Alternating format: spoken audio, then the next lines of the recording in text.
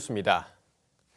전 세계의 자연재해와 무력 분쟁으로 인한 사망자가 늘어나고 난민들이 많아지면서 인도적 지원에 대한 수요가 크게 증가하고 있습니다. 이에 따라 우리나라도 인도적 지원이 강화돼야 한다는 주장이 제기됐는데요.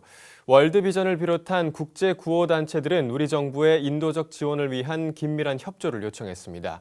최은원 기자가 보도합니다. 전 세계의 인도적 지원 수요는 2006년 이후 매년 꾸준히 상승 추세입니다. 우리나라 외교부가 올해 발표한 자료에 따르면 지난 2013년 말 기준 전 세계 곳곳에서 발생한 무력 분쟁으로 무려 5,120만 명의 강제 이주민이 발생했습니다. 올해 유엔의 합동지원 요청도 역대 최대 수준인 169억 불을 기록했습니다.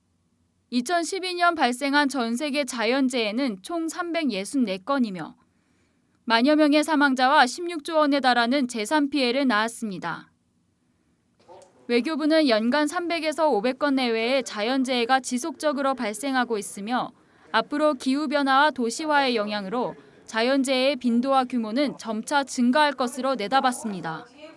하지만 지난 2013년까지 유엔에서 모금한 인도액 금액은 목표액의 60%대에 그치고 있는 것으로 드러났습니다. 한편 우리나라 정부는 최근 국제사회의 인도적 지원 노력에 적극 동참하겠다는 의지를 표명했습니다. 현재 우리나라의 인도적 지원 총액은 공적 개발 원조 ODA 대비 1.4% 수준. 하지만 오는 2017년까지 지원 총액을 OECD 회원국 평균 수준인 6% 이상까지 끌어올리겠다는 방침입니다. 또한 긴급구호대의 국내외 훈련과 구호대 장비의 선진화, 이동식 병원 구축 등 인도적 위기 상황을 대응하기 위한 활동들을 지속적으로 추진하겠다는 계획입니다. 정부의 이 같은 방침에 국제구호단체들은 반색을 표하면서도 지금까지의 우리 정부의 인도적 지원이 지지부진했던 점을 들며 확실한 이행을 촉구했습니다.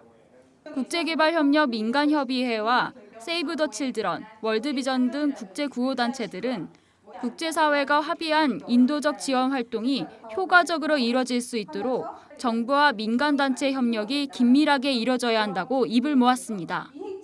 구체적인 실천 의지를 조금 보여주시기를 바라고, 그다음에 무엇보다 이게 역량 강화라는 거는 인력 조직의 인력 구조라든지 그 체계하고 너무 직접적으로 연결이 되어 있어서 그 부분이 해결이 되지 않으면 저희는 끊임없이 밑빠진 독에 물 붓는 것 같은 일들을 5년, 10년 계속해야 되는 그런 상황이 있습니다. 그래서 우리 정부의 국제사회에 대한 인도적 역할이 강조되는 가운데 정부와 민간단체와의 협조가 얼마나 이뤄질 수 있을지 귀추가 주목됩니다.